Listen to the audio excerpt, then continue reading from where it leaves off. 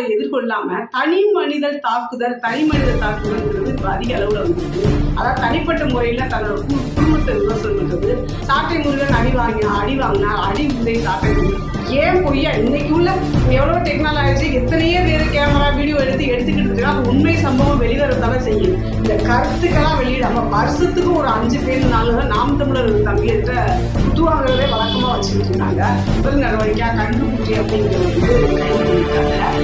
கண்டுகுட்டி தான் வந்து சாராயாவரி பண்ணி பெரிய பேலஸ்ல அவர் இருந்தாரு. பேலஸ்ல போய் கைது பண்ணாங்க. இது எவ்வளோ பெரிய கண்டுபிடிப்பு இருந்தாங்க. இப்படித்து போய் குடிச்சிட்டாங்க. சரி ஏதோ அறியாமல் செஞ்சுட்டான், குடிச்சிட்டாங்க. காசு கவர்மெண்ட் விற்கிற சாராயத்துக்கு ரெண்டுமே விஷம் தான், ஸ்லோ பாய்சன். இது வந்து உடனே சாகுறீங்க. அனைவருக்கும் வணக்கம். இப்போ இந்த கள்ளக்குறிச்சியில் நடந்த அந்த கள்ளச்சாராய மரணம் நடந்துச்சு. இதுக்கான நிலைப்பாடுகள் அரசியல் கட்சிகள் அவங்கவுங்க சார்பில் என்னென்ன நிலைப்பாடுகள் வச்சுருக்காங்க, அங்கே என்னென்ன சம்பவம் நடந்துச்சு, அதை பற்றி தான் இந்த வீடியோவில் பார்க்குற மாதிரி இருக்கும். முதல்ல வந்து இந்த பத்திரிகையாளர்களும் சரி, யூடியூபர்களும் சரி, ஒரு கருத்துக்களை ஒருத்தர் வந்து ஒவ்வொருத்தரும் ஒவ்வொரு கட்சியை சார்ந்திருக்கோம், ஒவ்வொரு இயக்கங்களை சார்ந்திருக்கோம். ஒரு கருத்தை நாங்கள் முன்வைக்கிறோம், நீங்கள் ஒரு கருத்தை முன்வைக்கிறீங்க. இப்போ வந்து கருத்தியலாக தான் இது வந்து செயல்படுமே தரல. அதை தவிர்த்துட்டு கருத்தியலாக அதை எதிர்கொள்ளாமல் தனி மனித தாக்குதல்ங்கிறது இப்போ அதிக அளவில் வந்திருக்கு. அதாவது தனிப்பட்ட முறையில் தன்னோட குடும்பத்தை விமர்சனம் பண்ணுறது, தனியாக ஒரு அவதூறை பேசுறது, இது வந்து பெரிய அளவில் வந்து இன்னைக்கு பரவிட்டு இருக்கு. இப்போ உதாரணமாக எடுத்துக்கிட்டீங்கன்னா, மரணமடைந்த அந்த கள்ளச்சாராயத்தில் மரணமடைந்தவங்களை சந்திக்கிறதுக்காக நேராக போறாரு.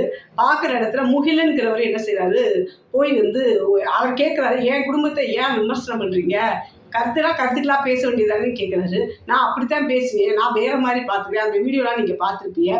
அந்த உண்மையான நடந்த சம்பவம் என்ன இதுவோ அதை வந்து எந்த மீடியாக்களும் விளம்பரம் கொடுக்கல.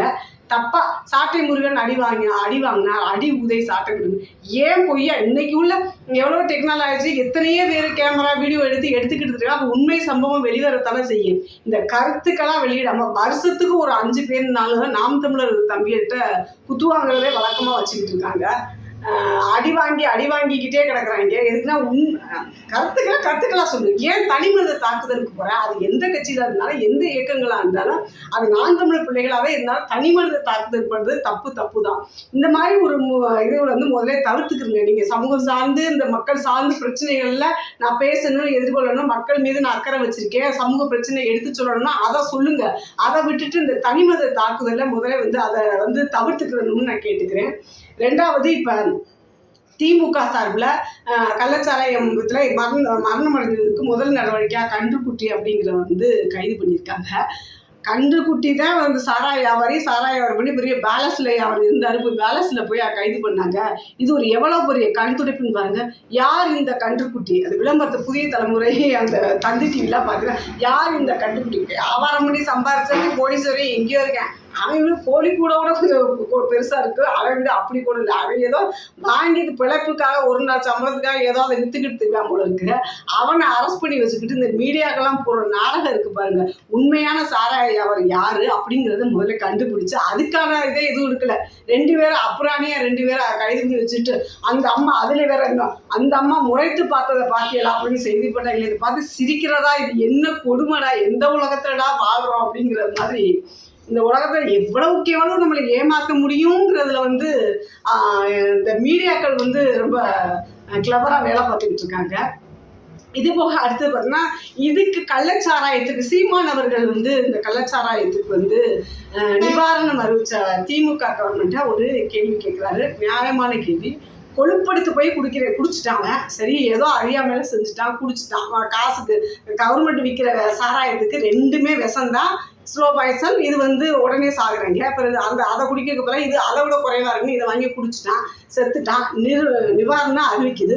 அது வரைக்கும் நம்ம ஏற்றுக்கிறோம். அந்த நிவாரணம் மக்கள் வரிப்பணத்திலிருந்து இருக்கக்கூடாது. அந்த சாராயம் யார் காய்ச்சி யார் அது மூலமாக சம்பாதிச்சு பொருளாதார ரீதியாக வலுப்பட்டு இருக்கானோ அந்த பொருளாதாரத்தை புடங்கி இந்த 58 குடும்பத்துக்கும் 10 லட்ச ரூபா கொடு அப்படிங்கிறது நியாயமான கருத்து தானே. இதை பற்றி உங்களோட கருத்துக்கள் வரவேற்கப்படுகிறது. ஒரு நல்ல தலைவனான முடிவு இந்த மாதிரி வந்து யோசிக்க யோசிக்க முடியும்.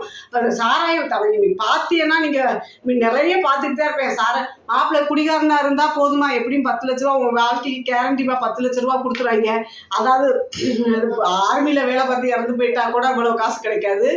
யாராவது ஆக்சிடென்ட்ல இறந்து போயிட்டா கூட கிடைக்காது. கவர்மெண்ட் வேலை பார்க்குறவங்களுக்கு கூட இந்த மாதிரிலாம் ஒரு சலுகைலாம் இல்லை. ஆனால் கள்ளச்சாராயம் குடிக்கிறவங்களுக்கு 10 லட்சம் கொடுப்பாங்க அப்படிங்கிறது மிகப்பெரிய ஒரு பேசு பொருளாகி அந்த அரசு, இந்த அதிமுக அரசோட பலவீனத்தை வந்து காமிக்கிறது. அவங்க வந்து இதுல தோல்வி அடைஞ்சதா தான் நம்ம சொல்ல முடியும். இதே மாதிரி அதிமுக இது சார்பு என்ன மாதிரி நிலைப்பாடு எடுத்திருக்காங்கன்னா, அவங்க தொடர் அமளியில் ஈடுபட்டாங்க. அப்புறம் மாவட்டம் முழுக்க கண்டன ஆர்ப்பாட்டம் நடத்தினாங்க. இன்னைக்கு வந்து உண்ணாவிரதம் இருக்கு. உண்ணாவிரத போராட்டம் சிபிஐக்கு மாற்ற கோரி, இந்த கள்ளச்சாராயம் மரணத்தை வந்து சிபிஐக்கு மாற்ற கோரி இன்னைக்கு வந்து உண்ணாவிரதம் வந்து இருந்துட்டு இருக்காங்க. இவங்க வந்து எப்பவுமே அதிமுக செய்யும் போது திமுக அந்த மாதிரி நாடகம் போடுவதும், திமுக செய்யும் போது அதிமுக நாடகம் போடுவதும் இது நடந்த வண்ணம் தான் இருக்குது. இது வந்து அரசியல் 2 வருஷம் தான் இருக்கு. அதிமுக தன்னை செயல்படுறதா காட்டிக்கிற வேண்டியது இருக்கு. அதனால அவங்க சார்பில் இது வந்து முன்வைக்கிறாங்க. அதுக்கடுத்து திமுக கவர்மெண்ட் இப்போ வந்து அரியலூர்ல நடந்த 1956 அரியலூர்ல நடந்த விபத்து கிட்டத்தட்ட 150 மேற்பட்டோர் இறந்துட்டு 1000க்கு மேற்பட்டோர் வந்து படுகாயம் அடைந்தாங்க. இதுக்கு அப்ப இருந்த அமைச்சர் வந்து தார்மீகம் தானே பொறுப்பேற்று பதவி விலகினாரு. அதே மாதிரி இன்னைக்கு ஏற்பட்டுள்ள இந்த கள்ளச்சாராய விபத்துக்கு வந்து ஐயா ஸ்டாலின் அவர்கள் வந்து பதவி விலகுவதுதான் இதற்கு சரியான தீர்வா இருக்கும். தன்னோட ஆட்சியின் கீழே மக்கள் கள்ளச்சாராயம் வந்து ஒரு வெளிப்படையா நடந்திருக்கு. போலீஸ் ஸ்டேஷன், கோர்ட் பக்கத்துல பப்ளிக் பிளேஸ்ல தான் வச்சு கள்ளச்சாராயம் காய்ச்சிருக்காங்க, அங்கேதான் குடிச்சிருக்காங்க. இவ்வளவு பெரிய செயல் வந்து கவர்மெண்ட் தெரியாம நடக்காது, இங்க உள்ள அமைச்சருக்கு தெரியாம நடக்காது. அந்த ஊர் மக்கள் எல்லாருமே கட்சி சார்ந்து வந்து ஒருத்தர் விமர்சனம் பண்ணா ஆமா அது எதிர்கட்சி அப்படி சொல்றாங்கன்னு சொல்லி அங்கே உள்ள மக்களே இந்த கருத்துக்களை பதிவு பண்றாங்க. அது வந்து பாக்கெட் மாதிரி வீட்டுக்கு வீடு பால் பாக்கெட் போட்டது மாதிரி கள்ளச்சாராயம் கொண்டாந்து விற்கிறாங்க. இதுக்கு வந்து அரசு துணை, காவல்துறை துணை, எல்லாரும் துணை அப்படிங்கிற மாதிரி அவங்க வந்து கருத்துக்களை முன்வைக்கிறாங்க. அப்ப இவ்வளவு குற்றச்சாட்டுகள் உள்ள அரசு வந்து பதவி விடுகிறதால சரியா இருக்கும். இந்த பதவிக்காக எல்லாரையும் கொண்டு தமிழீழம் அழிந்து ஒழிக்கும் போது பார்த்துக்கிட்டு இருந்த கூட்டம் தான் இந்த திமுக கூட்டம். ஆனா இது தார்மீக அவங்க பதவி விலகுங்கிறது தான் சரியான தீர்ப்பா இருக்க முடியும். நன்றி.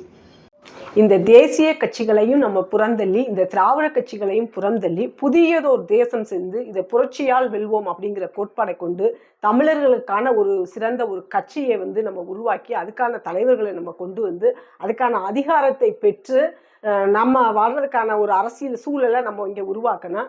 அதுக்காக என்னோட சேனல் வந்து மல்லிகா ரமேஷ்ங்கிற சேனல் வந்து என்னோட கருத்துக்களை நான் உங்கள்கிட்ட பகிர்ந்துக்கிடுவேன்.